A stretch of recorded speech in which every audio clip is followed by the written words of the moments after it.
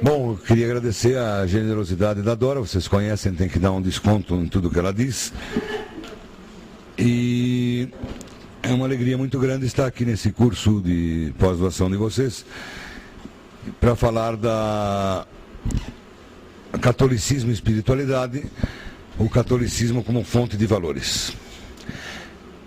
Claro que o tema é amplo e infinito, vou limitar-me a indicar 3 aspectos, talvez até 3 aspectos que normalmente não se costuma destacar, e precisamente por isso são aspectos importantes que não são lembrados e vale a pena talvez recordar aqui. Esses 3 aspectos são, primeiro, a autonomia das realidades temporais, segundo, a mística do cotidiano e terceiro, a primazia da virtude da prudência. Todos eles remetem a um versículo da Bíblia, do Novo Testamento, do Evangelho de João. Estamos aqui no João Evangelista, no Evangelho de João, que se abre com: no princípio era o Logos.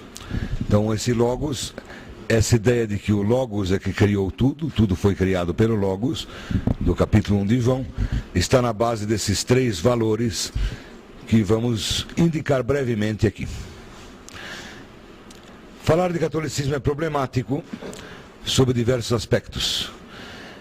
Primeiro, porque existe um catolicismo oficial dos textos, da doutrina, e outro das práticas, nem sequer uma prática, as diversas práticas do catolicismo. Seria necessário, por exemplo, distinguir o plano institucional da hierarquia, da Cúria Romana, do Vaticano, dos documentos oficiais, e, por outro lado, o da mentalidade da prática religiosa católica em diversos países. O católico brasileiro, se é que se pode falar assim, não tem as mesmas diretrizes, as mesmas práticas que o católico americano. As diversas famílias que há dentro da igreja, os franciscanos, por exemplo, têm uma orientação praticamente, tradicionalmente, historicamente oposta à dos jesuítas, e todos estão no mesmo catolicismo. Jocosamente eu diria que é uma espécie de grande PMDB, que abriga diversas tendências e todo tipo de... Outra dificuldade reside no fato de que alguns valores, e principalmente as interpretações desses valores, de valores proclamados formalmente, nem sempre são traduzidos nas pastorais, nem sequer na pregação, nos sermões de diversos setores católicos, oficiais ou não. Há valores que são afirmados lá no corpus doutrinal, mas que na prática são totalmente ignorados. Enfim, os católicos que se queixam do peso institucional, da pesada estrutura eclesiástica, eles pretendem distinguir a igreja da burocracia que a governa da, digamos assim, realidade real do catolicismo. E querem, como diz lá o famoso lema francês, pas une autre église, mais une église autre. Não uma outra igreja, mas uma igreja outra, uma igreja diferente. Não querem mudar de igreja, mas gostariam que a igreja mudasse. Essas críticas, digamos, ao peso institucional, aliás, mais ou menos presentes em todas as religiões, foram resumidos de maneira insuperável naquela pequenina fábula indiana. Vem o diabo jovem, acorda o diabo velho que está dormindo a sesta e diz: acorda, acorda, o mundo que é todo nosso, agora de repente tem lá uma luz de verdade, um cara promovendo a verdade, a bondade, os valores, atraindo muitos seguidores, estamos perdidos. O diabo velho diz: deixa-me dormir, já já a gente institucionaliza isso.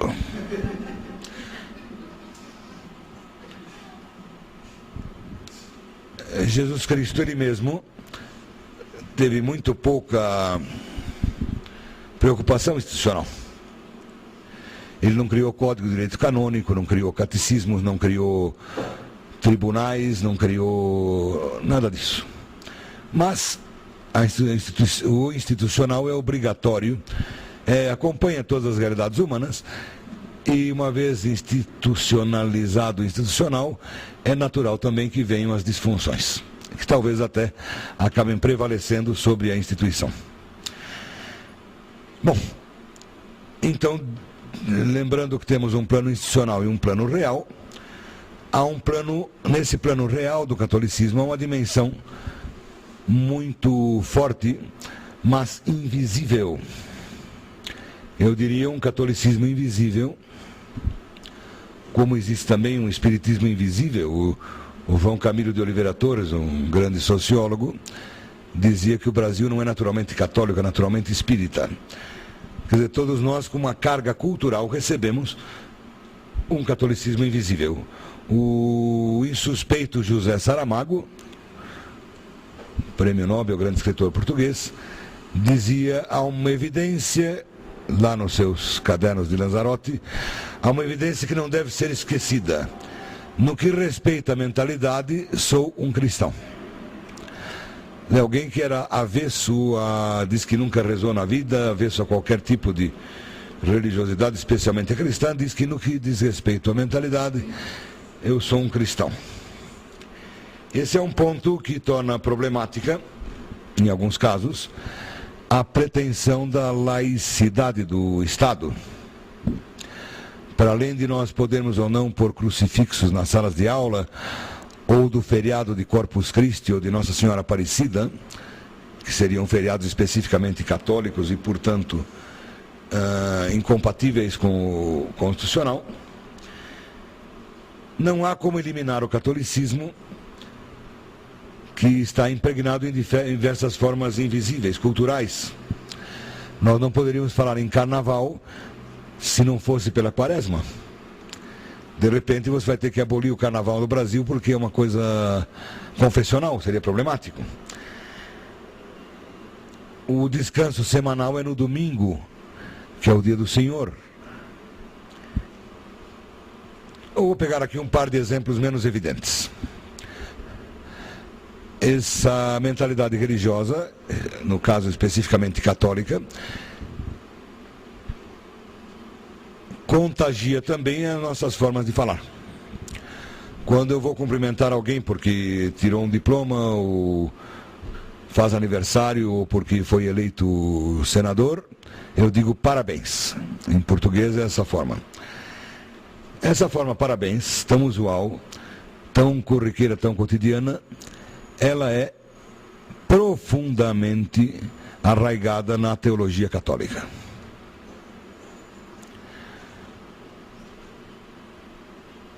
A de Santo Agostinho a Santo Tomás, todo o pensamento teológico católico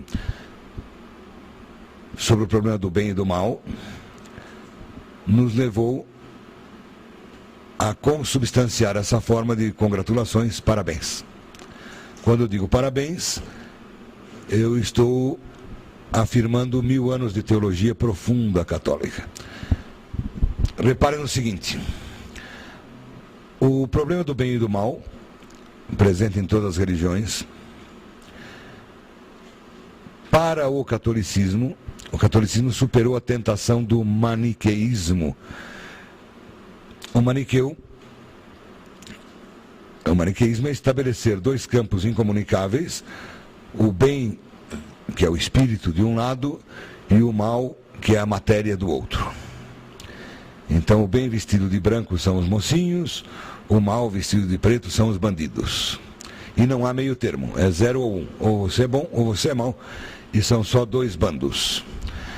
Santo Agostinho e depois Santo Tomás elaboraram uma teologia muito profunda que diz que não há dois princípios, o do bem e o do mal. Só existe Deus, o único princípio, que é o do bem. E Deus criou o espírito e a matéria, e o mal só advém não de um princípio positivo criador do mal, mas de uma distorção do bem. Quer dizer, o vinho, o sexo, o dinheiro, a matéria, o corpo, tudo são coisas boas criadas por Deus, só pode entrar o mal se eu distorcê-las do plano original previsto por Deus para o vinho, para o sexo. Entendem? Então, tudo que é bom, e tudo é bom, tudo que é bom pode ser distorcido para o mal. Não precisa ser muito... Não é pedir demais imaginar, por exemplo, que se qualquer um de vocês, qualquer um de nós, ganha o dinheiro na Mega Sena acumulada, 50 milhões, pode ocorrer perfeitamente uma autodestruição moral, existencial, pessoal. Dinheiro na mão é vendaval, já dizia lá o poeta. Quantas famílias, por exemplo, viveram em harmonia durante décadas? De repente morre a bisavó, vem uma herança de 10 mil reais e começam todos a se odiar. Então, mas o dinheiro não é bom? Claro que é. É bom desde que seja para bens, porque pode ser para males. Ele pode ser distorcido. Você se eleger senador da República. Eu nunca esqueço aquela cena fantástica do Hamlet. Por isso que os grandes clássicos são clássicos. Shakespeare é Shakespeare por causa dessas tiradas, dessas quebradas que ele dá. Quando Romeu e Julieta começa a ficar muito docinho, ele dá uma quebrada com um palavrão. Quando Hamlet recebe o espírito do pai lá na torre do castelo de Elsinore, e ele conversa com o pai, descobre aquela coisa terrível do assassinato, e aí encontra com os amigos e faz os amigos cruzarem as espadas e jurar, porque ele vai contar um grande segredo. E o Horácio pergunta, mas que segredo é esse? Ele diz, há um canalha na Dinamarca. Aí ele fala, precisa de espírito vindo do outro mundo. Tem um canalha em Brasília. Opa, amigo, ô espírito, fala sério, pô. Um não, deve ter uns 200 e tanto. Legião. Então, se você será senador, eu direi, que eu gosto muito de você, digo, olha, você é muito meu amigo, se agora é senador, eu vou dizer para você, olha, que seja parabéns, hein? Porque pode perfeitamente acontecer de você vender sua alma já que já não vendeu para se eleger, né? E mergulhe no not to be. Então, essa forma do parabéns é uma fórmula teológica católica, que os brasileiros que são muçulmanos, protestantes, espíritas, todos usam. Como também você está violando, entre aspas, o Estado laico quando fala segunda-feira, terça-feira, quarta-feira. Os nomes dos dias da semana em português são os únicos nomes cristãos ou, melhor dito, especificamente católicos. Se hoje é uma quinta-feira em países de língua inglesa, é o dia, ou alemã, é o dia do deus Thor, um pagão, Thursday. Se é em Espanha uma terça-feira, é o dia do deus Marte, Martes. A única língua que tem nomes cristãos, que guardou os nomes cristãos, é o catolicismo português, porque a féria é a festa, e mais especificamente, para abreviar a história, no livro vocês encontram melhor explicado, é a dia de festa porque existe a celebração litúrgica da missa. Por isso Santo Agostinho e São Tomás falavam inclusive no domingo como a primeira-feira. A primeira festa, a missa por excelência é a missa do domingo, mas depois ela se repete na segunda festa, na terça festa, quarta festa, quinta festa, etc.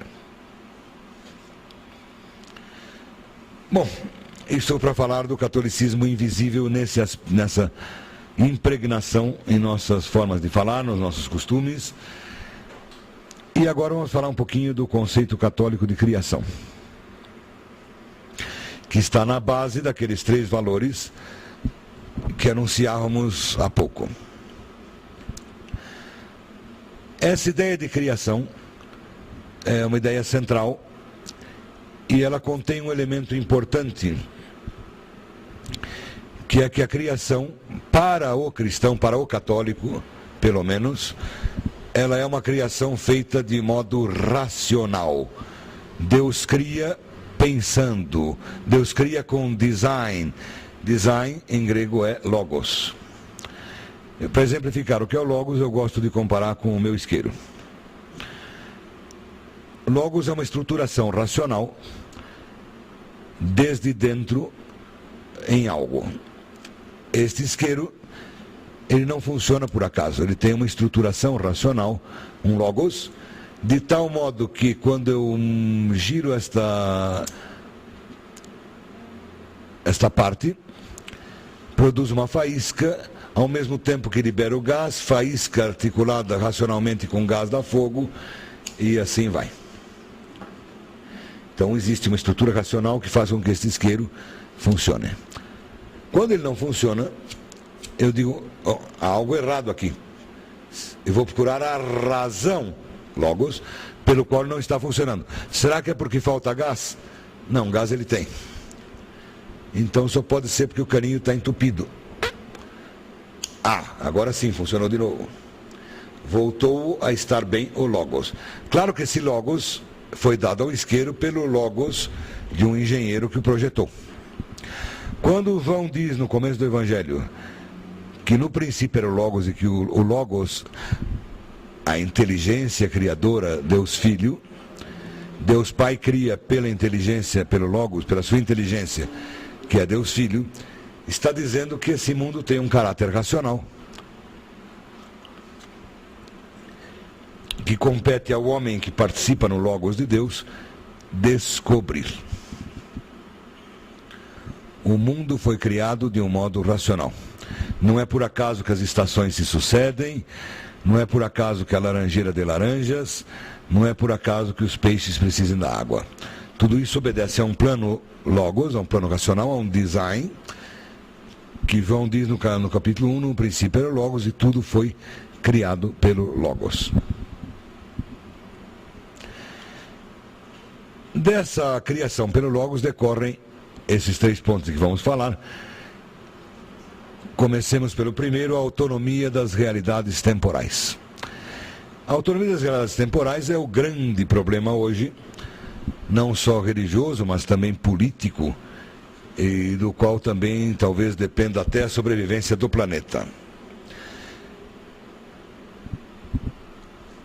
As realidades temporais, as realidades do mundo, a política, a ciência, o futebol, o carnaval.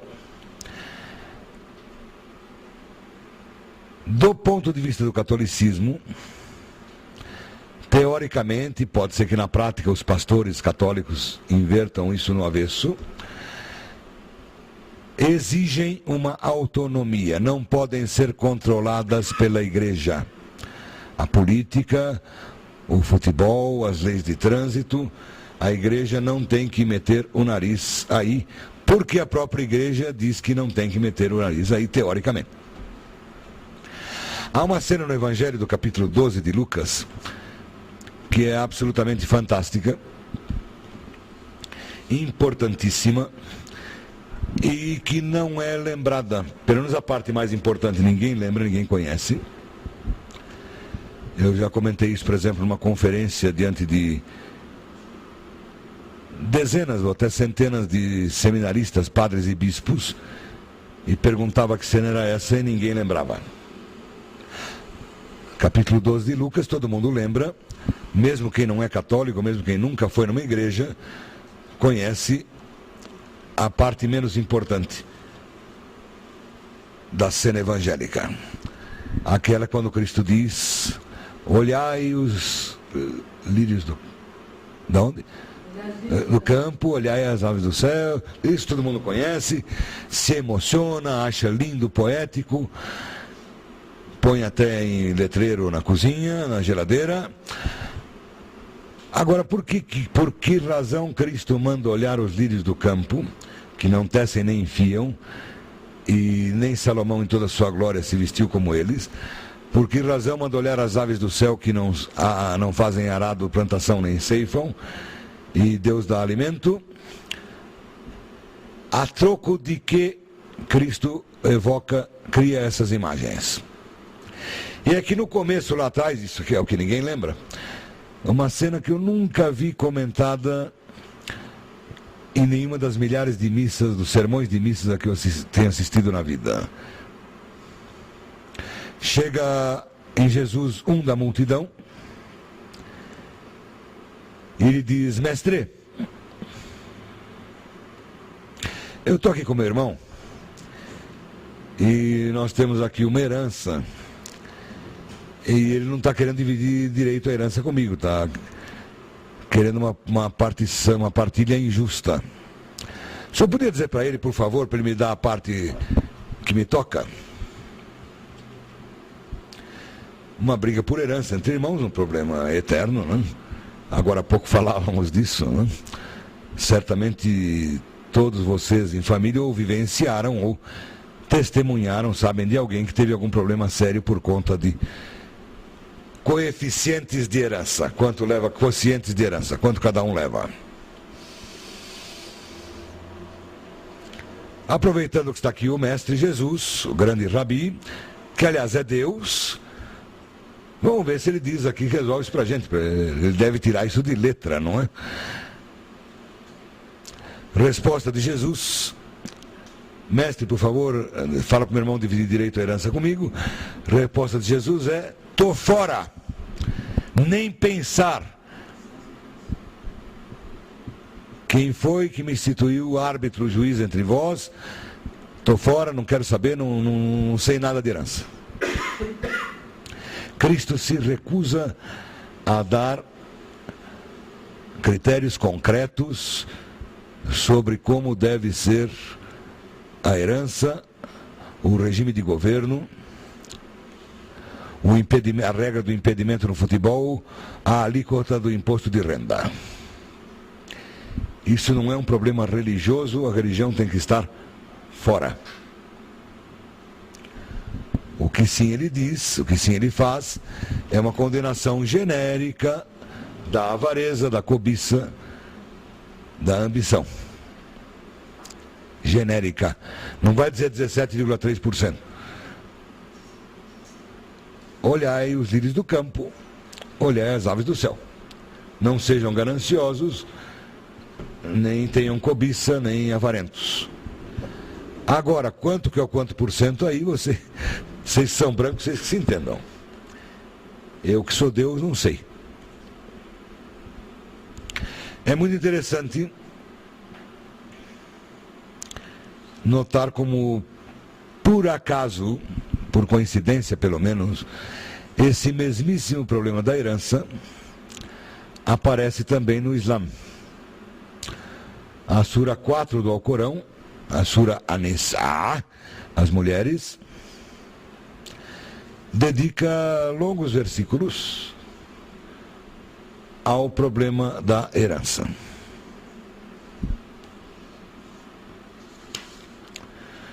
No que diz respeito à herança, então citando o capítulo, a Sura 4 do Alcorão, Allah determina o seguinte. Aí vem os critérios dados diretamente por Deus sobre a cota de cada um na herança. Filho homem herda o dobro do que filha mulher. Primogênito herda tanto. Você pode ter 4 esposas, portanto, 8 sogras e sogros. Pai, mãe, filho, quanto é a cota de cada um. E termina dizendo: e não venham com histórias, com mexer, porque Allah é que sabe quanto é que tem que ser. Incrível, não é? Exatamente o oposto do Evangelho. Cristo que proclama a autonomia das realidades temporais, quer dizer, não me meto na taxa de juros do Copom, nem na herança, nem no sistema eleitoral de governo. O Alcorão que diz Allah determina até o último. A pressão que esse texto do Alcorão exerceu sobre a consciência muçulmana foi tão grande que um século depois do Alcorão, os árabes inventaram a ciência da álgebra. Adivinha para quê? Nada mais, nada menos A álgebra ainda hoje é chamada no mundo árabe de Ilm al-Faraid, a ciência da partilha da herança, para equacionar, literalmente equacionar a Sura 4 do Alcorão. X, Y e Z. Y igual a 2x, o filho herda o dobro do que a sogra.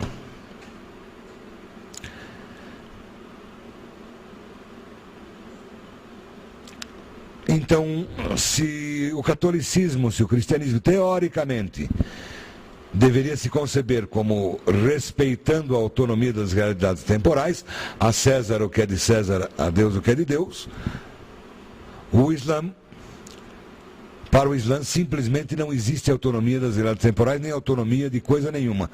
Allah é o grande legislador até, quando você leva as coisas às últimas consequências, até de tudo. No Irã, o poder está no Ayatollah.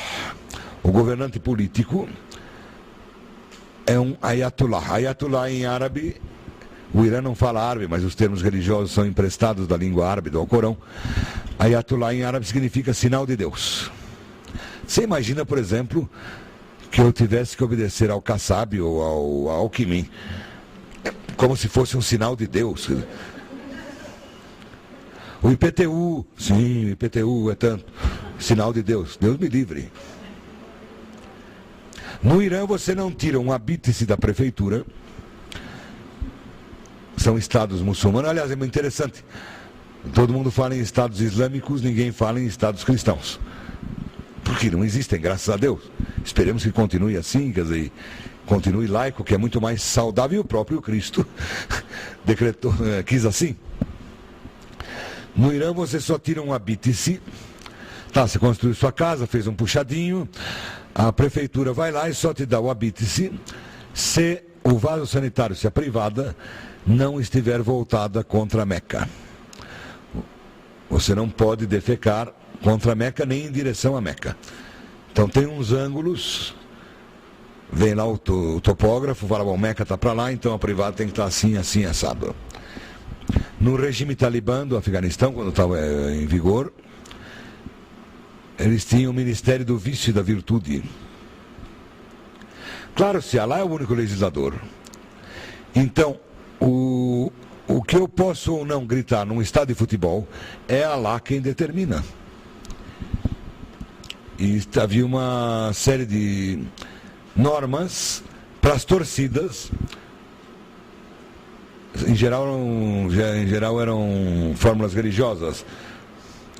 Se o juiz rouba contra o seu time, você tem que dizer Bismillah. Deus, em nome de Deus, Deus há de julgar este. Não podia xingar a mãe.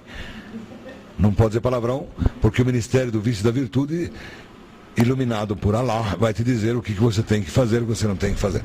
Claro que também no mundo muçulmano há movimentos, graças a Deus, de gente muito competente e brilhante, que pregam uma interpretação menos literal, menos fundamentalista, e respeitando também alguma autonomia das realidades temporais para essas coisas. Mas estamos falando aqui, digamos assim, de casos puros. No caso do catolicismo, teoricamente, deveria ser alheio a respeitar a autonomia das realidades temporais, coisa que na prática nem de longe acontece. Eu fiquei muito assustado com os cristãos nessas últimas eleições. Eu fiz questão de estar fora de São Paulo para não ter que votar. Eu não tinha nenhuma preferência assim cabal. Enfrentar uma fila para votar sem convicção, aproveitei para dar uma viagenzinha, justifiquei o voto em 2 minutos e pronto. Mas fiquei assustado com amigos de parte a parte. Dilma e Serra, gente normal, boa, com quem eu convivia, assim, de repente viraram uns fanáticos religiosos e em nome de Allah pediam que eu não votasse na Dilma, que era o demônio, nem no Serra, que era o Satanás. E que o Brasil cristão, não sei o quê. Depois, passada a eleição, eu deletava todos, mas passada a eleição eu comecei a cobrar um por um. Tá bom, foi eleita a Dilma. Por que de repente acabou aquela sua preocupação com a satanização do país que a Dilma ia representar? Chegava a mandar 3, 4 e-mails por dia, dizia, para de me mandar e-mail, não quero preservar a sua amizade, para com isso.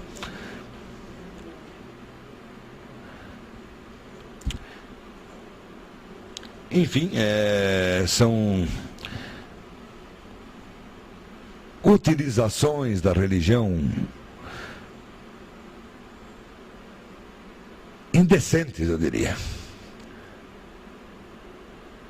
Usar em vão o nome de Deus.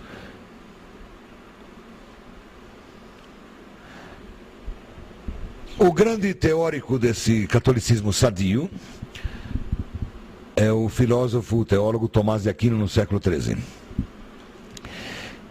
Ele, que foi considerado herético a vida toda praticamente, porque estava defendendo um catolicismo puro, a própria igreja olhava com olhos suspeitos, desenvolveu melhor do que ninguém essa teoria da criação, que é a base de tudo isso. Criação pelo Logos. Pensa um pouquinho. Se quem criou o mundo foi o Logos, se Deus criou o mundo pela sua inteligência, isso é algo especificamente cristão. Evangelho de João. Então, se eu quiser ganhar dinheiro com castanhas, eu vou ter que estudar castanhologia, o Logos da castanha. Não vou ter que perguntar para o Código de Direito Canônico, nem para a CNBB, nem para a Cúria Vaticana, nem para o Papa, como é que eu tenho que plantar castanhas. Eu tenho que olhar o Logos da castanha e falar, bom, castanha dá em novembro, eu tenho que plantar em agosto, adubar com nitrogênio, fósforo e potássio, sei lá.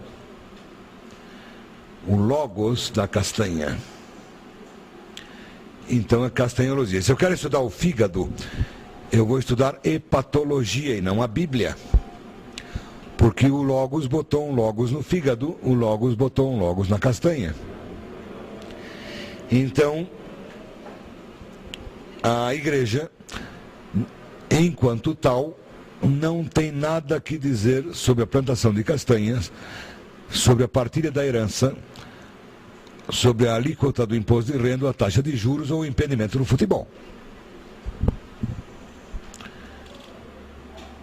O que ela pode fazer é apontar, pode e deve fazer, alguma coisa que transgrida a lei moral.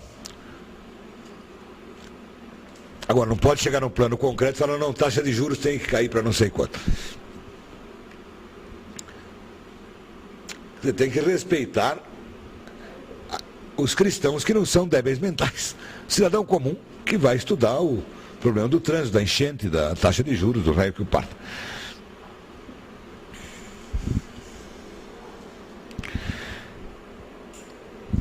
Tomás tem outra grande contribuição para a Igreja Católica. Ele é o primeiro grande do pensamento católico que assume plenamente a matéria. Essa coisa antimaniqueia, a matéria foi criada por Deus, é boa. O mal é uma perversão espiritual, uma distorção do bom. Falávamos há pouco, lembra? Ele introduz o conceito de alma, o conceito aristotélico de alma. Ou seja, o espírito humano está intrinsecamente harmonizado com a matéria. Não existe nada de puramente espiritual no homem, nem de puramente corporal. Tudo que é corporal está unido intrinsecamente ao espírito, tudo que é espírito no homem está unido intrinsecamente à matéria. Ele já descobre, já naquele século XIII, toda a teoria das doenças psicossomáticas. Se o espírito e o corpo estão numa estreita união, tudo que afeta o espírito vai se traduzir depois em úlcera, hemorroida, gastrite, afecções de pele. Lá no hospital universitário, os dermatologistas já sabem. Chega o mês de outubro, vão os politécnicos todos lá, especialmente da engenharia elétrica, né? Com afecções de pele. Aí, por favor, você vai fazer a ficha, diz: o senhor é eletrônico ou eletrotécnico? Como é que o senhor sabe que eu sou da Poli? Amigo, a pressão é tanta, a pressão de notas, de cobrança dos professores é tanta que o cara tem a gastrite, doenças típicas da polielétrica. E vice-versa, eu passei por uma experiência incrível. O meu acupunturista, um dia me viu assim meio transtornado, falou: olha, você está com rancor, ódio, o que é isso? Eu falei: não, estou com rancor nenhum. Não, tá sim.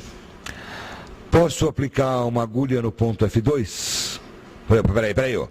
Onde é que é o ponto F2? F2 de fígado, não sei o que. Eu falei: é aqui. Aplica, vai. Então vai, fica com bastante ódio de quem está com ódio. Reunião de departamento, essas coisas. Tá vendo? Você não consegue mais sentir ódio nem raiva. Puta, é verdade. Uma agulhinha aqui e acabou o rancor, o ódio. Claro, não sei se era duradouro aquilo, mas durante aquele tempo nem que eu quisesse pensar em fulano com ódio, não conseguia. Desarticulou o caminho do ódio. Pim. Como é que é? Não, nem doeu. Para desarticular, alma e corpo são uma coisa só. Tomás de Aquino, por exemplo, quando ele discute lá a tristeza espiritual, caramba, ele quer saber quais são os remédios contra a tristeza? Um bom sono, uma boa dormida, um bom banho de mar e a companhia alegre dos amigos. Uma cervejinha, um filé mignon e acabou a tristeza espiritual. Quando ele fala do jejum, por exemplo, dessa coisa da união da alma com a matéria, ele diz que o jejum é muito bom para o espírito e tal, mas o jejum exagerado pode ser gravemente pecaminoso.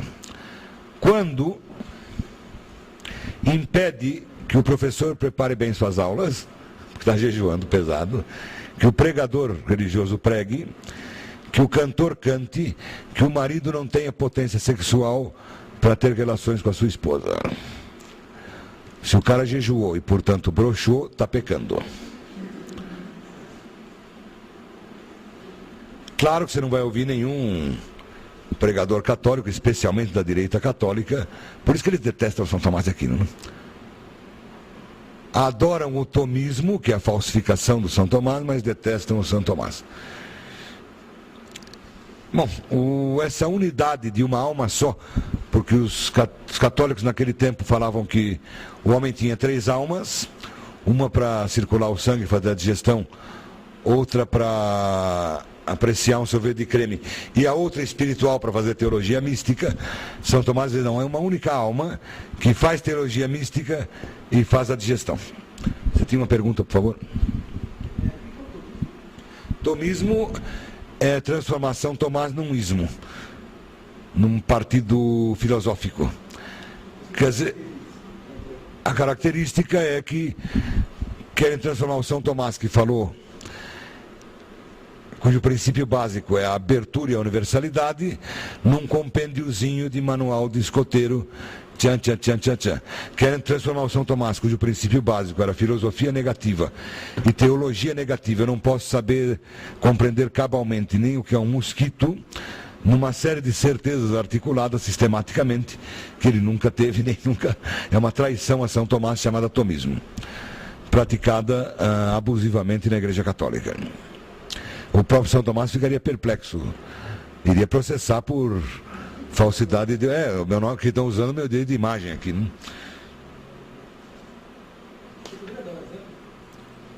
E acabei de dizer, você transformar... O exemplo vai ser a parte 3 da nossa conferência, quando São Tomás diz: a principal das virtudes morais é a virtude da prudência, na qual eu tomo a decisão de improviso sobre um tabuleiro que está aqui e tal, em vez do manual de escoteiro moral que a igreja me impõe. Já deu para ter uma pista assim? Então a ideia é a seguinte: o genial do São Tomás é o seguinte: a igreja não tem que se meter na questão da herança, na questão do regime de governo. Por quê? Por causa de um fundamento teológico, porque o mundo é obra do Logos. O próprio Deus é que defende a realidade do mundo contra as sanhas totalitárias das igrejas. Porque Deus deu logos para castanha, vai estudar castanhologia e não CNBB. Genial, não é? Não acho isso fascinante? O próprio Deus deu ao mundo uma lógica que a defende contra os bispos, pastores e rabinos. E o Concílio Vaticano II aceita isso, sempre no ponto de vista teórico, né? A Lumen Gentium diz: é preciso reconhecer que a cidade terrena se rege por seus próprios princípios.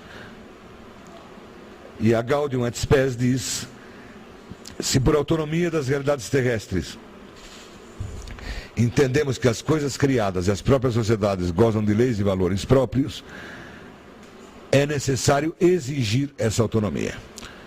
Depois, na prática, vem aí o bispo de Guarulhos dizer: olha, quem votar para Nadima vai para o inferno. Aí é outro problema dele, não da igreja, não do doutrina geral da igreja. É aquilo que o nosso querido grande filósofo espanhol Julián Marías, ele chamava de catolicismo insaciável. Um catolicismo insaciável, sempre presente. Quer dizer, o que é um catolicismo insaciável? Aquele que não se contenta em que a pessoa procure viver os 10 mandamentos, os 7 sacramentos, a vida de oração.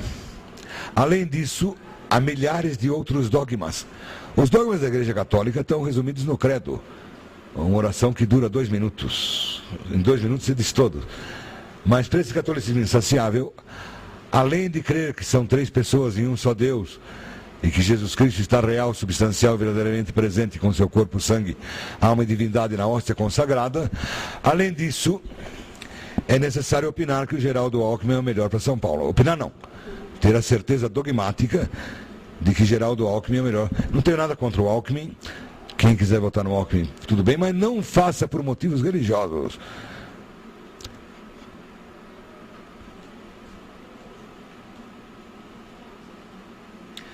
Isso é o catolicismo insaciável, que é, digamos assim, o prato cheio dos fariseus. Eu estava fazendo uma estatística, conversando com especialistas de outras religiões. Parece que, por razões, até que alguns têm explicações teóricas, não vou entrar nisso agora, toda igreja tem cerca de 18, 20% de fariseus. Igreja de qualquer instituição religiosa. É uma praga que não tem como evitar. Quer dizer, criou uma instituição, vai ter pelo menos 10 a 30% de fariseus. Perdão. Está sendo otimista, só isso. Nessa base, às vezes inflaciona. Tem aí teorias de temperamento, de psicológicas, explico e tal, mas sempre está lá o bendito fariseu, né? Mas enfim, vamos deixar eles de lado de momento.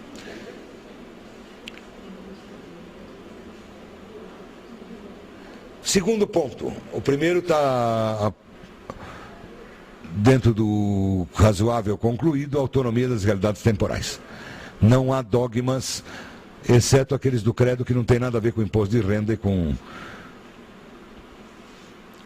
se tem que aceitar ou não o tira-teima da televisão na arbitragem de jogos de futebol, da FIFA.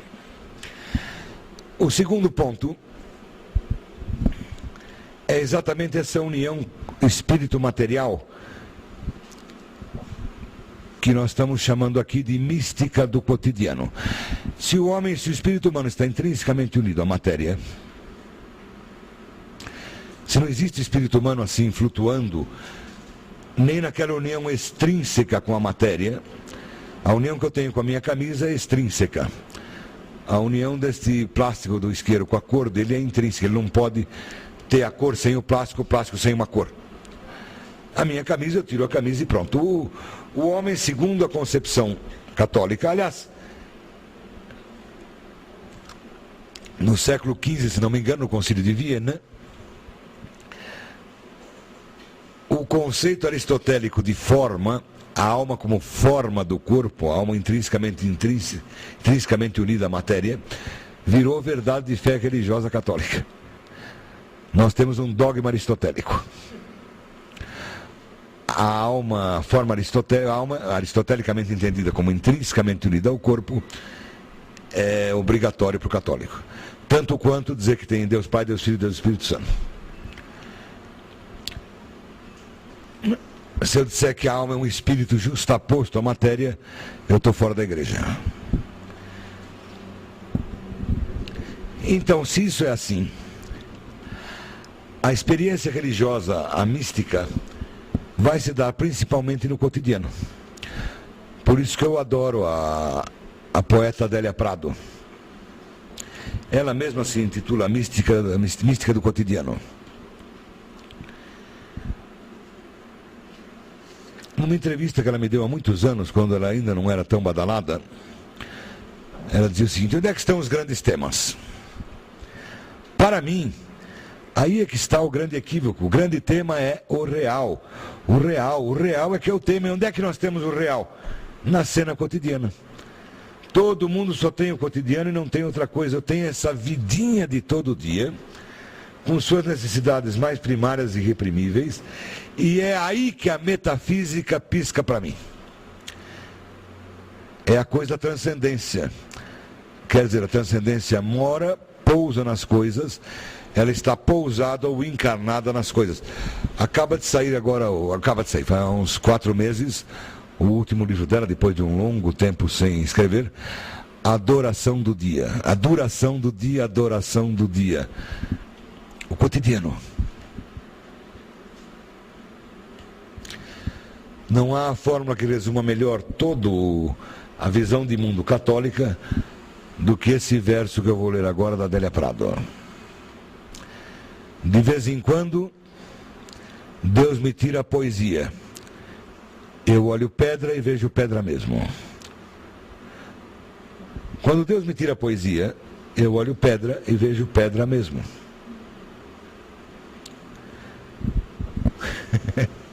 Vamos fazer uma experiência filosófica aqui agora. Vocês são muito jovens, não lembram do tempo em que havia em São Paulo aqueles bondes elétricos. Eu ainda usei muito bonde, eu sou muito mais velho do que vocês. E o Brasil sempre foi campeão mundial de publicidade, a criatividade brasileira é mundialmente reconhecida. E nos bondes havia um anúncio, que era de longe o mais famoso, todo mundo sabia de cor. Muito engraçado esse humor da publicidade brasileira. Você ia sentado no bonde, lado a lado, como vocês estão sentados aqui, não é? E o anúncio dizia assim: veja, ilustre passageiro. Conhece isso, não? Veja, ilustre passageiro, o tipo belo e faceiro que o senhor tem ao seu lado. O senhor ficava... Veja, ilustre passageiro, pense aí no colega que tem ao seu lado, belo e vistoso, vendendo saúde. No entanto, acredite, ele quase morreu de bronquite, salvou o rum creosotado. Um remédio que tinha lá para rum creosotado com CH, creosotado. O rum creosotado salvou ele da morte da bronquite. E ele está assim, belo e vistoso, como você está vendo hoje. Veja, ilustre passageiro, tipo belo e faceiro que o senhor tem ao seu lado, no entanto, acredite, ele quase morreu de bronquite, salvou o rum creosotado, e vinha lá a estampa lá do rum creosotado, a criança tomando com gosto. Eu olho pedra e vejo pedra mesmo. Pense na colega que você tem ao lado. Pensa nas pessoas que convivem com você quando você voltar para casa hoje. Em geral, a gente pensa nisso e fala: puta, que saco, né? A minha sogra, né? Filho adolescente. E não percebe o encanto, a maravilha, o dom de Deus que está naquela pessoa.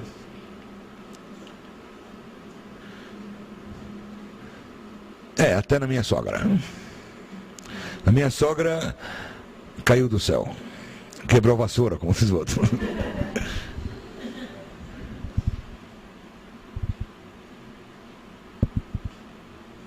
Se o mundo foi criado pelo Logos, a gente tem que olhar para uma flor, para a colega do lado, para quem for, e ver um encanto absoluto. Quando isso não acontece, quando eu só vejo pedra mesmo, eu estou tendo uma visão falseada da realidade. Olha esse poema da Adélia Prado. Chama-se, ela é insuperável nos títulos também, né? Quando dá o título de uma poesia. Chama-se A Poesia, a Salvação e a Vida. O seu Raul, ela estava falando, escrevendo lá sempre o interior de Minas, né? O seu Raul, ele tem uma calça cor azul pavão. E atravessa a rua de manhã para dar risada com o vizinho. Eita negro bom. O negão, o seu Raul, fica dando risada do outro lado do vizinho. O azul da calça do seu Raul parece pintado por pintor. Mais é uma cor do que uma calça. E eu fico pensando, o que é que a calça do seu Raul tem que ver com o momento em que Pilatos decide a inscrição Jesus Nazarenos Rex Judeorum? Eu não sei o que é, mas eu sei que existe um grão de salvação escondido em todas as coisas deste mundo.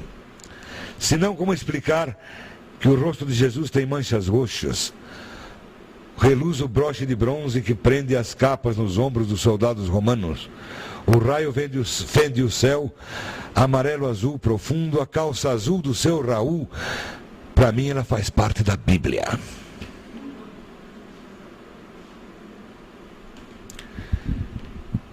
Um outro poema muito curto, vou ler só um trechinho, 2h no Brasil. Frigoríficos são horríveis. Esses caminhões frigoríficos carregam aquelas peças cheias de gordura, e às vezes você vê o cara saindo carregando aquela gordura toda. Frigoríficos são horríveis, mas eu devo poetizá-los para que nada escape à redenção. Até na peça de gordura do frigorífico, eu vou ter que pôr poesia, porque foi feito pelo Logos e a mística é do cotidiano. Frigoríficos são horríveis, mas devo poetizá-los para que nada escape à redenção. Frigorífico do Jiboia, carne fresca, preço joia. Passemos então ao terceiro ponto da nossa exposição de hoje. Essa doutrina católica da criação, lembram que o Logos, então tem Logos na castanha, castanhologia, tem Logos no passageiro que está ao seu lado, portanto, eu tenho que ver mais do que pedra. Quando eu vejo pedra, Deus me tira a poesia, eu só vejo pedra.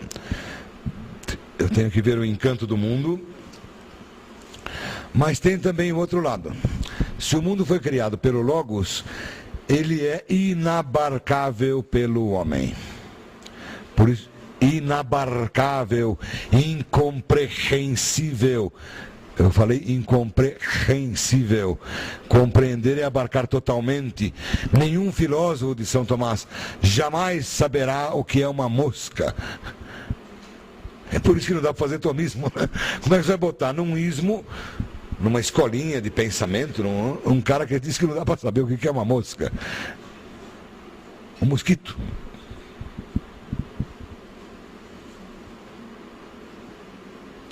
É o que ele chama de teologia negativa, filosofia negativa.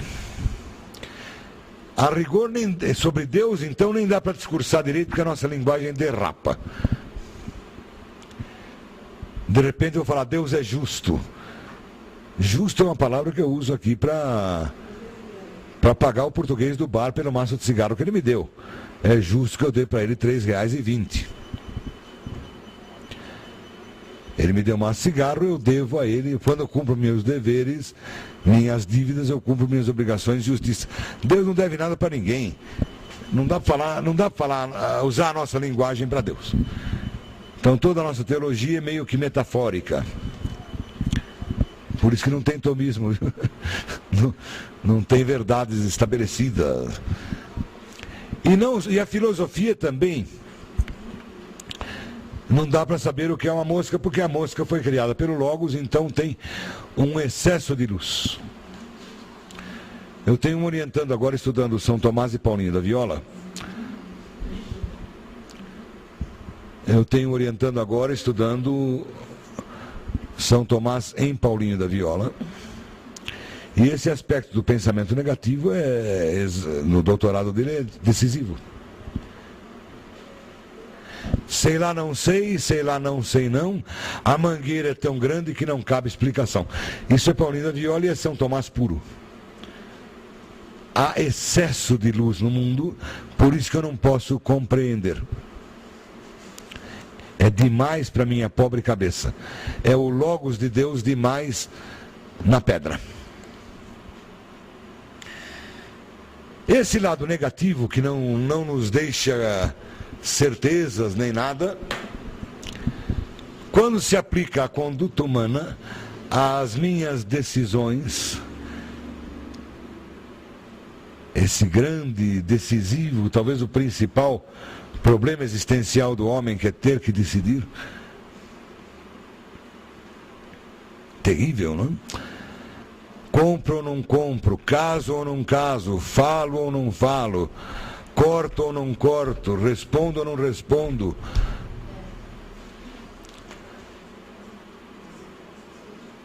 Terrível tomar decisões. Por isso São Tomás diz que a principal virtude moral é a virtude da prudência. Por favor, não entendam prudência como prudência. É um fenômeno mais ou menos comum que esses termos fundamentais da filosofia se invertam de sentido e passem a significar o contrário. Prudência para ele, que é a principal virtude moral, é totalmente o oposto da nossa prudência. Acontece, não é mesmo? Prudência para ele é a arte de decidir-se rapidamente em favor daquilo que é certo. Tomar a decisão certa. Enquanto a nossa prudência não decidir coisa nenhuma, ficar em cima do muro até a hora em que você vê qual o melhor partido para você. Prudência para ele é a arte de tomar a decisão certa em função da realidade. A nossa prudência é não decidir em função do oportunismo. Por exemplo, como é que eu vou traduzir uma frase de São Tomás como essa? O homem prudente sempre toma corajosamente o partido daquilo que é justo. Não tem menor cabimento isso aí. O homem prudente não toma partido nenhum até ter certeza que vai pegar um cargo lá, não? Muito menos daquilo que é justo. Enfim, a virtude da prudência é parte da ideia de que eu não posso ter certeza operacional, matemática, nem critérios operacionais, passos a dar para discernir aquilo que é bom. É terrível, mas é assim.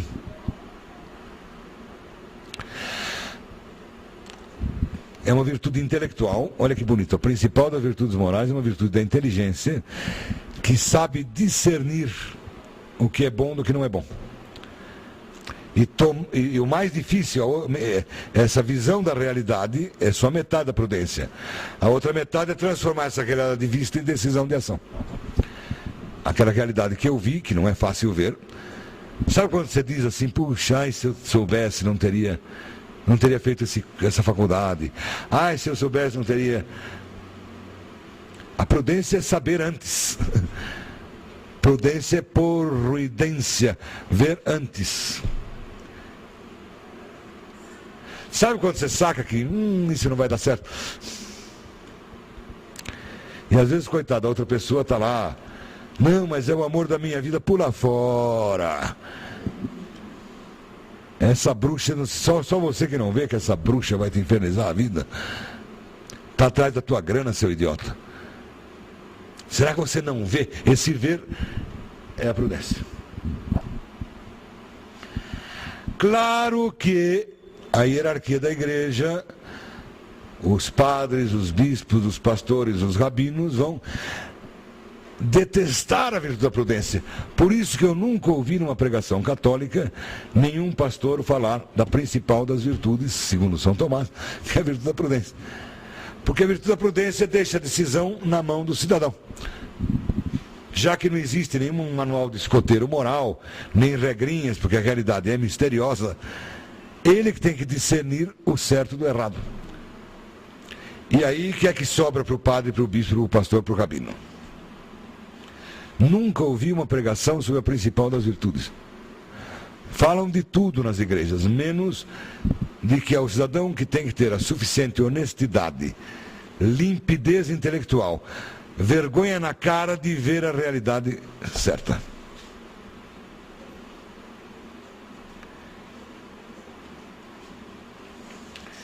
Por isso que os fundamentalismos detestam as prudências e criam o quê? Ministérios do vício e da virtude. Manuais de escoteiro vão dizendo isso é certo, isso é errado, isso é pecado, isso é pecado, isso é pecado. Agora,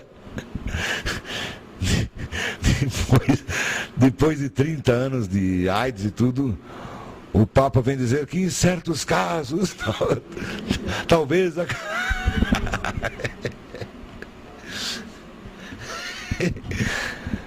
Quer dizer, o cidadão não pode decidir nada por ele mesmo.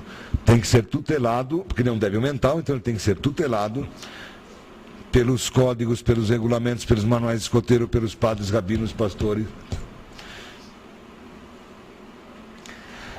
A grande tentativa, claro que isso também vem ao encontro de um desejo nefasto que cada um de nós tem. A vontade de ficar livre do peso de decidir. Seria tão bom se alguém tomasse a decisão por mim, não? Então eu abdico da minha própria dignidade de decidir, que é um dever meu. Só eu sei como é que eu... Uma vez perguntaram ao Kasparov, qual é o melhor lance no xadrez? Eu falei, sei lá, pô. Você pergunta que se faça? Deixa eu ver o tabuleiro. E o curioso é que não há regras operacionais para dar o bom lance no xadrez. O computador, o que ele faz é varreduras. Ele varre bilhões de casos possíveis de desdobramento da partida, mas ele não tem o critério do melhor lance, porque ninguém tem. Ah, quer dizer que não existe objetividade na moral? Claro que existe. Existe o lance bom, existe o lance ruim. Quando você está narrando partida de xadrez, transcrevendo, quando vem um lance bom, você põe uma exclamação. Se é um lance muito bom, 2 exclamações. Genial. Se é um lance ruim, você põe interrogação. E se o lance é bom ou ruim, logo se vê. Depois que ele é feito. Mas e para dar um lance bom? Aí é que entra a virtude da prudência, digamos assim, na nossa metáfora. O grande mestre, ele olha o tabuleiro e imediatamente, quase imediatamente, ele vê o lance bom entre os... Cada lance de xadrez em média são 40... Cada jogador tem 40 possibilidades em média. Quer dizer, um lance e uma resposta, 1.600. 2 lances, 1 milhão e não sei o quê. Quer dizer, desdobramento de 4 lances é bilhões, trilhões de casos. Só que o bom enxadrista, ele vê na hora qual é o lance bom. Por isso que não adianta ter um manual de lance bom no xadrez, porque não existe.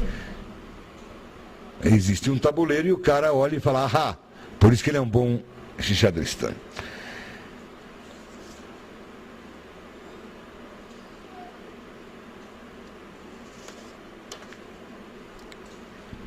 Então, a virtude da prudência é a educação da alma, a finura da alma, de ver o lance bom na vida, nesse tabuleiro da vida, porque veio o seguinte, os princípios morais, os mandamentos são muito bonitos, mas eles são abstratos, genéricos. Honrar pai e mãe. É o 4º mandamento na lei judaica, para o cristão, para o muçulmano também. Agora, o que é honrar pai e mãe no seu caso concreto hoje? No meu caso concreto hoje. Num dado momento, eu que procurei honrar meu pai e minha mãe a vida toda, eu falei, bom, muito bem. Honrar pai e mãe agora é não fazer a feira para eles lá que se virem. Porque senão minha mãe vai ficar se sentindo inútil e vai morrer. Então ela que se esforce um pouco. Chegou uma hora que não. Honrar pai e mãe era proibido de fazer a feira, eu fazia o mercado para eles, levava lá. Não existe uma regrinha essa. O que é certo hoje pode não ser certo amanhã. Eu sou eu e minha circunstância, dizia o Ortega y Gasset. Então é a virtude da prudência, que é a limpidez moral, a insubornabilidade, a auto-insubornabilidade de ver a realidade e transformar em decisão de ação. Não é pouco. A alma do homem bom é essa capacidade de ver e decidir. Que a Igreja Católica, na sua doutrina teórica oficial, afirma, e na prática eu nunca ouvi nenhum pastor católico falando disso. Bom, ficam essas indicações, e agora, se vocês tiverem alguma pergunta, algum comentário, eu agradeço muito a atenção de vocês. Muito obrigado. Porque pelo discurso todo a gente viu, tá, tudo bem, catolicismo, tem a institucionalização, né, e tem tudo isso daí que é ruim, então é decadente, é pessimista, visão, não é para ser assim, ou devia ser diferente, e daí, né, porque essa fica a sensação. Tá, então a pergunta é: o catolicismo, que falamos aqui na palestra, com suas funções e disfunções, institucionalizações, etc., se está decadente, como é que está?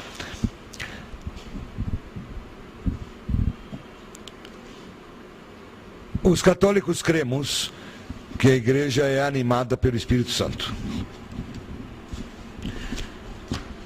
Desde sempre tem havido pastores e bispos bastante discutíveis. Já quando Cristo escolheu os 12 primeiros bispos, um deles entregou com um beijo e por 30 moedas. O melhor continua sendo, para nós outros que continuamos católicos, aquilo que dizia Santo Agostinho. Santo Agostinho era bispo de Hipona, uma cidadezinha lá no norte da África. E antes dele ser bispo, ele tinha tido uma vida, do ponto de vista dos fiéis, bastante discutível. E então os inimigos, os que não eram católicos, inimigos dos católicos, diziam: como é que vocês podem estar na verdade se o vosso bispo Agostinho foi um safado, fez isso, fez aquilo e tal? E aqueles fiéis simples, era uma aldeia de pescadores, iam falar para Agostinho: estão tirando uma da nossa cara, que você é safado. Falou: Agostinho, quando vierem com esse papo, respondam o seguinte: Agostinho é um bom homem. Ele dizendo: Augustinus bonus homo est. Ele é bispo da Igreja Católica. Se ele foi bom ou mal, se ele é bom ou mal, não sei, não me interessa. Eu o conheci entre os bons. Agora, a primeira coisa que me ensinaram na Igreja Católica é a não ter a minha fé por causa do bispo. Creio por Cristo Nosso Senhor. E algumas vezes até se o bispo for o bispo de Roma. Agora, é evidente que o joio e o trigo estão sempre presentes, e o farisaísmo e esse clericalismo, esse não querer respeitar, esse catolicismo insaciável, são disfunções graves, muito chatas, para não falar em outras coisas como pedofilia, etc. Não existe catolicismo sem igreja. Não existe realidade humana sem instituição. Onde você tem um grupo humano, é aquilo que o diabo falou, né? Deixa o profeta pregar, e daqui a pouco, quando tiver meia dúzia, vai ter uma instituição. É humano, ubi homo, ubi societas, ibius, ubi societas, onde tem, o ser humano tem sociedade, onde tem sociedade tem autoridade, tem hierarquia. Fazer o quê? Se não tiver instituição, não vive. Os monges que eram, digamos assim, os primeiríssimos, Santo Antão, aqueles caras que vão para o deserto para ser eremita, viver sozinho no deserto. Pouco depois e até hoje, monge significa monástico, quer dizer, um só, o cara sozinho. Monge, pouco depois virou obrigatoriamente sinônimo de comunidade, de viver em grupo. O cara que foi para o deserto para viver sozinho, uma geração depois, já monge que é sozinho, já virou vida, você fala em congregações religiosas, né? Para viver em grupo. É terrível, eu não sei, pode ser um exercício de ficção sociológica, imaginar um Robinson Crusoe ou um grupo sem hierarquização. Não, pois é, mas para ser anarquista, fala, bom, então vamos fazer a reunião dos anarquistas. Quem é que vai marcar? Eu não concordo com esse horário, sei lá, Eu escrevi um artigo, até publiquei em um livro depois, da minoria perseguida que somos nós outros, os introvertidos. Introvertidos. Então nós somos menos de 20% da população e estamos vivendo sob a ditadura da extroversão. Porque além do mais, os extrovertidos, que são mais de 80%, eles ocupam os postos de poder na mídia, na comunicação. E os introvertidos nunca vão formar uma associação, eles evitam, eles detestam. Eles detestam reuniões, associações. É um longo estudo sobre a ditadura da extroversão, quer dizer, você é obrigado a viver e nunca pode dizer introvertido, unido. Não sei se isso mais ou menos responde a tua indagação. Que mais? Quem mais?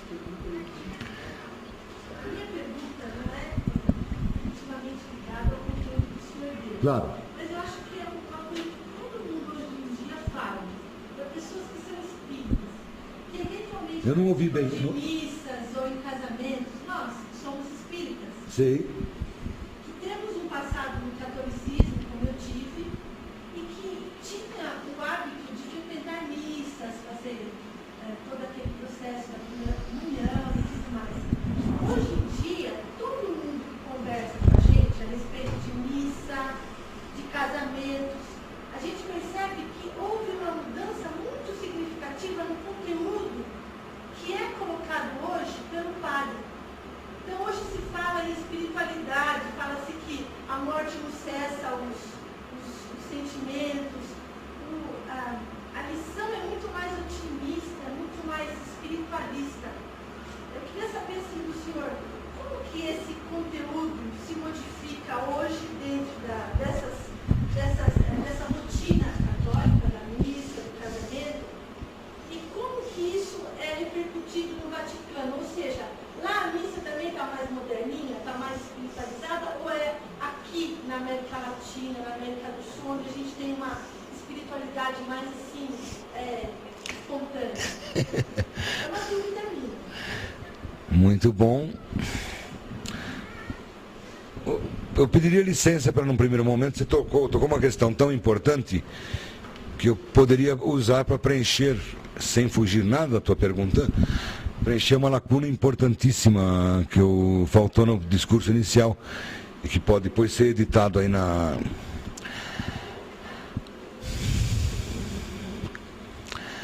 Na verdade, para além do aspecto externo da missa, quer dizer, quando aquele catolicismo tradicional chato começa a perturbar muito, o tal do tomismo, das regrinhas, aí parte para um outro extremo igualmente perigoso, que pode ter disfunções igualmente perigosas, quero dizer, que é o iluminacionismo. Se o outro pretendia deduzir as regras todas do Manual do Escoteiro Moral, agora há setores que pretendem receber iluminação direto do Espírito Santo. O que é muito perigoso, não? Gente, o Espírito falou no meu coração. Quem tem que tomar Coca e não Pepsi. Porra!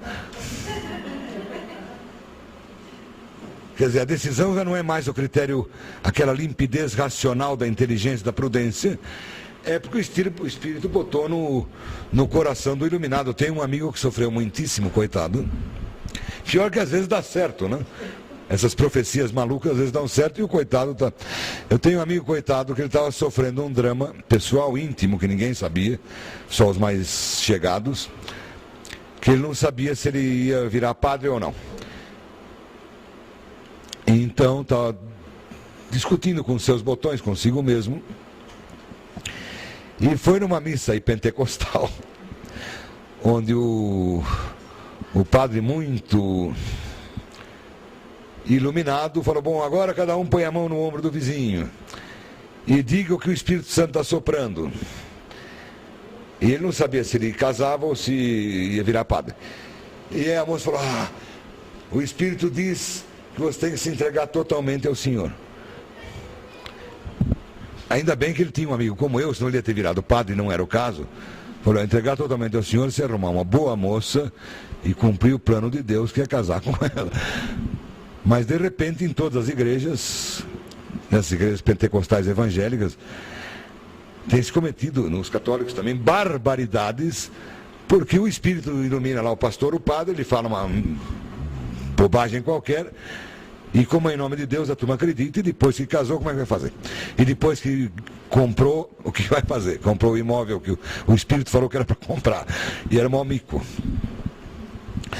Então é necessário o bom senso do velho e bom Tomás, né? Pô, a nossa insegurança da prudência. Vou pedir ajuda para o Espírito Santo, mas eu quero que ele me diga as razões pelas quais eu devo comprar ou não comprar Coca ou Pepsi. Mas a lacuna que eu queria preencher, aproveitando a felicíssima pergunta sua, na verdade 0,001% dos católicos é que tem alguma ideia do que seja ser católico. A coisa é muito séria. Tem mais 5 ou 10 minutos talvez? A coisa começa no capítulo 9 do livro de Atos, Atos dos Apóstolos. Há lá um fariseu, muito zeloso, chamado Saulo, Saulo de Tarso, que depois vai virar o apóstolo Paulo, que dá nome à nossa cidade, vai completar aniversário amanhã. E ele é tão zeloso, que ele quer acabar com a seita dos cristãos. Consegue das autoridades romanas uma ordem de prisão, e ele vai caçar, sabe que tem cristãos em Damasco, tem informações de quem são esses caras, ele tem a lista, uma lista obtida provavelmente sob tortura. Você pega um cristão e fala, bom, quem mais é cristão? Não sei. Ai! Quem mais é cristão? Não, ai! Ah, tá bom, é o Alberto, Alberto, quem mais? Não vou falar mais. Aí tortura. O Benedito, a Cristina, a Diana. A, B, C, D, estou falando na lista em ordem alfabética, tá? Alberto, Benedito, Cristina, Diana, o Eufrásio, a Fabíola, o Geraldo. Ele tinha uma lista para prender lá em Damasco, obtida provavelmente sob tortura, e no caminho de Damasco acontece que aparece aquela enorme luz, ele é arrojado ao chão e uma voz vinda do nada começa a conversar com ele. Os outros que estão acompanhando a escolta da polícia militar vê a luz, mas não ouve a conversa. E a conversa, a voz diz assim, a luz que o derrubou ao chão diz: Ya Shaul, lemadas, Saulo, Saulo, por que me persegues? Ele tem uma lista de gente que ele está perseguindo: Adão, Benedito, Cristina, Diana.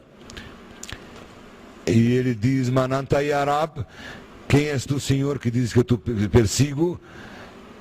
E houve a resposta terrível: Ani Yeshua, eu sou Jesus a quem tu persegues.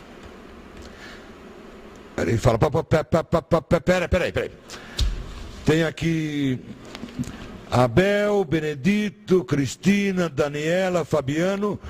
Jesus não consta lá, você morreu faz tempo, cara. Não estou perseguindo você, eu estou perseguindo o Benedito e a Cristina. Aí cai a ficha. Jesus vive na Benedito, na Cristina. Perseguir o Benedito, a Cristina, a Daniela, a Fabíola é perseguir o próprio Jesus, que já morreu, mas ressuscitou e vive nesses caras.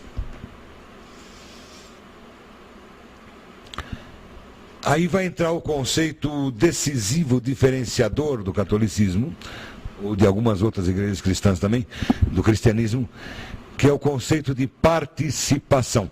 Aparece na Epístola dos Hebreus, Epístola aos Hebreus, capítulo 3, versículo 14, quando diz que somos participantes de Cristo. Essa ideia de participação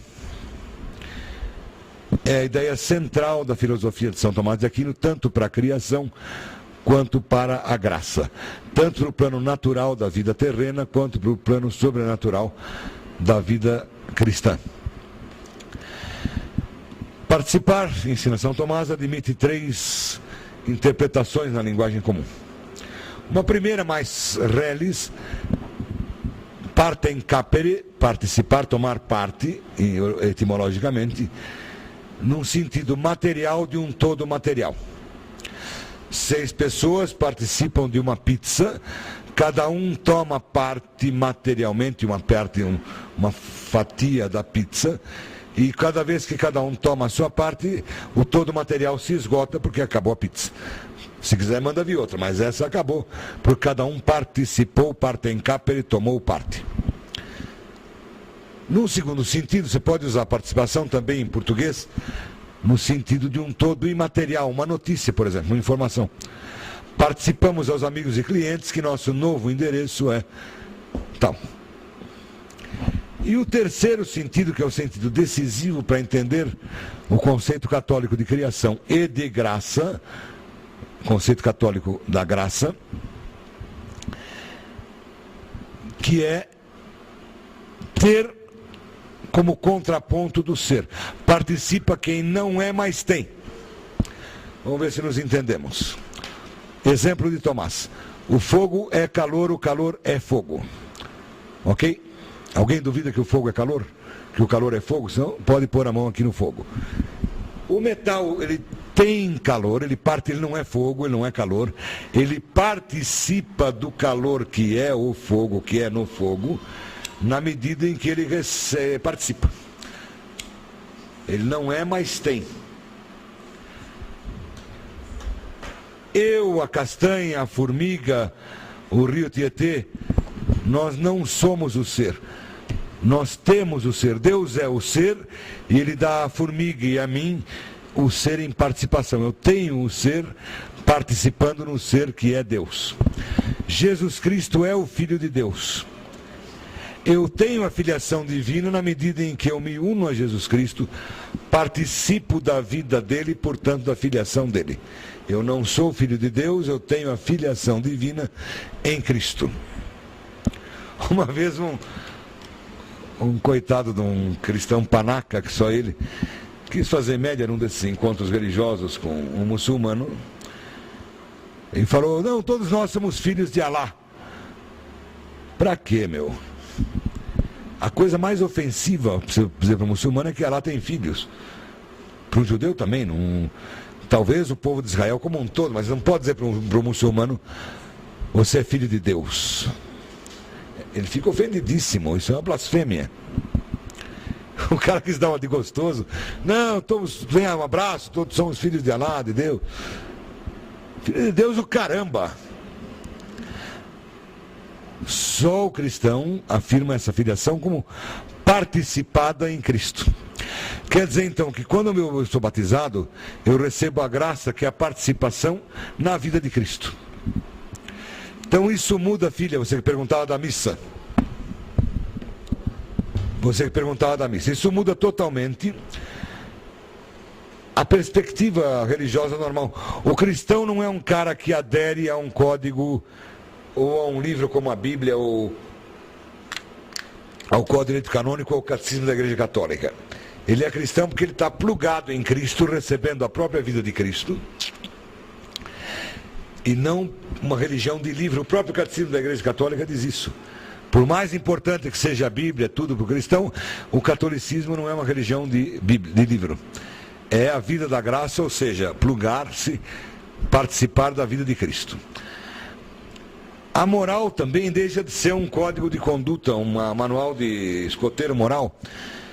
Se eu sou Cristo, se eu participo da vida de Cristo, eu preciso ver onde é que eu vou enfiar o Cristo que está em mim.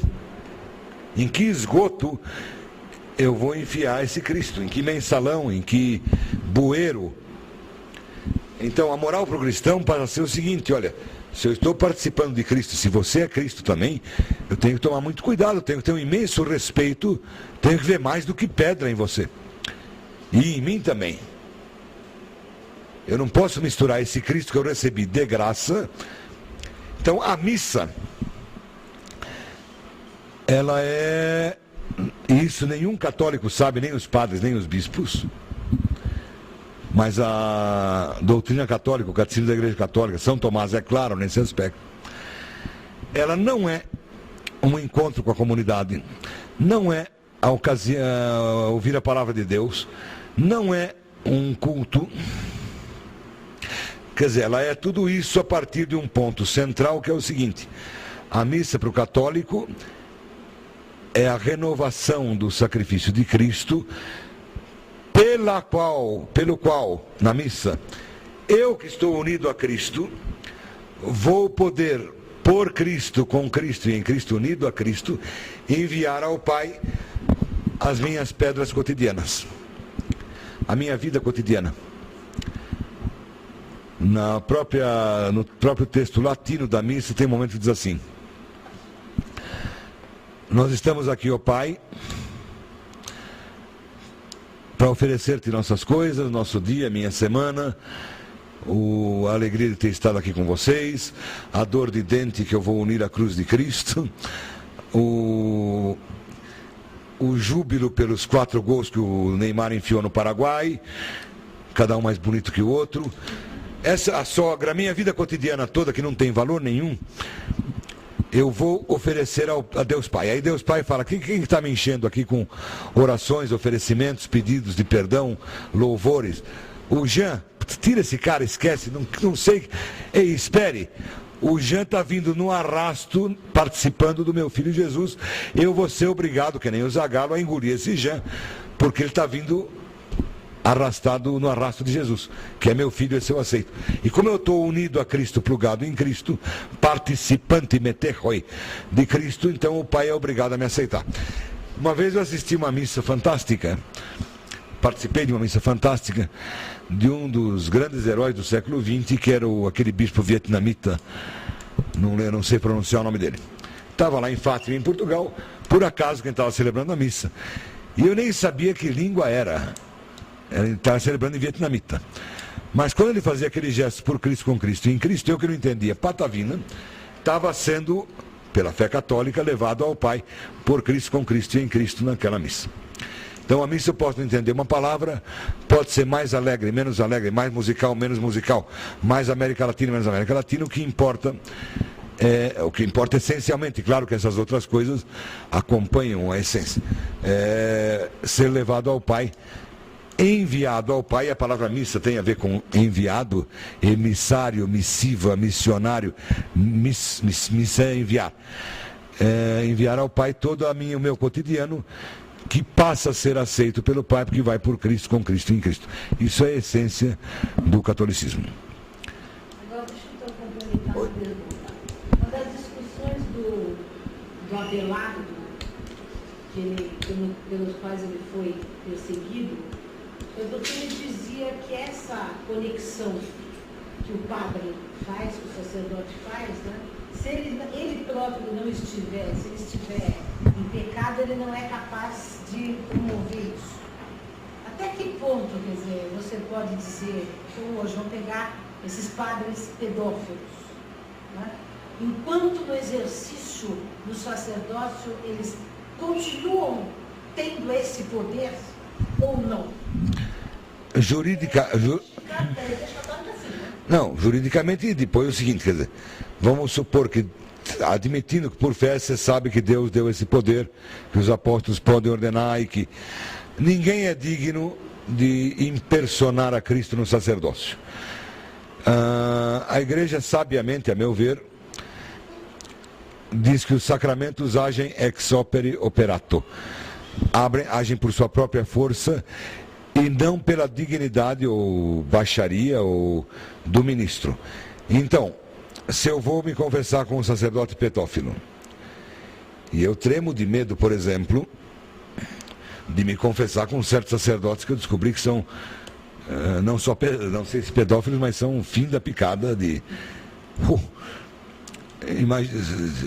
sacanas, Então imagina se eu vou abrir minha alma com esse cara, que eu não tenho nem a certeza de que ele vai cumprir o juramento de silêncio, de tudo. Então a igreja sabiamente interpreta as palavras de Cristo, que aliás escolheu Judas como um dos bispos, dos apóstolos. Agora é evidente que não se pode exigir do fiel, da massa de fiéis, e do fiel como eu também, como qualquer um de nós, que tenha tanta fé como para dizer, bom, Agostinho é um safado, todos os bispos e sacerdotes são safados, mas eu mantenho a fé. Eu conheci, uma vez conversando com Julián Marías, o grande pensador católico, talvez o católico mais autêntico que eu tenha conhecido. Um homem muito generoso, muito bom, o maior filósofo espanhol do século passado, junto com Ortega. E ele já bem idoso, algumas vezes me recebeu na casa dele, lá em Madrid. E ele costumava dizer uma coisa muito interessante. Ele foi muito perseguido na Espanha, porque ele lutou do lado republicano, na Guerra Civil. Enquanto que todos os bispos, o dogma do catolicismo insaciável. Bom, para vocês terem uma ideia, nas missas, em várias dioceses da Espanha, se rezava nominalmente pelo nosso caudilho Francisco Franco. Era obrigatório, fazia parte da missa. E ele que lutou contra o Franco, coitado, sempre foi perseguido terrivelmente, nunca pôde ser professor, todas as portas fechadas. E havia todo o clero espanhol, 90 e tal %, os bispos todos, e os amigos não católicos o interpelavam, ô Julián Marías, como é que você pode continuar católico se a igreja toda, se os 180 bispos aqui são a favor do Franco e tem como dogma o Franco, caudilho de Espanha por la gracia de Deus, estava escrito em todas as notas e moedas, selos da Espanha. Por que você não vai embora da igreja? Não, que você vai a neles, que vão embora todos os bispos católicos, sou eu, não ele. Que você vai a neles. Eu mais ou menos penso assim também. Mas é duro, você tem toda a razão mesmo. Seria muito melhor se fossem dignos. Bom, gente, não quero abusar da paciência de vocês, já são 2 horas aqui de... Então, se não há mais nenhuma pergunta, eu agradeceria muito. Agradeço muito a paciência e a bondade, esse calor de aguentar isso. Espero que tenha ficado utilizável a gravação. E agradecer mais uma vez a nossa querida Dora, que sempre promove coisas para mim tão agradáveis como esta. Muito obrigado.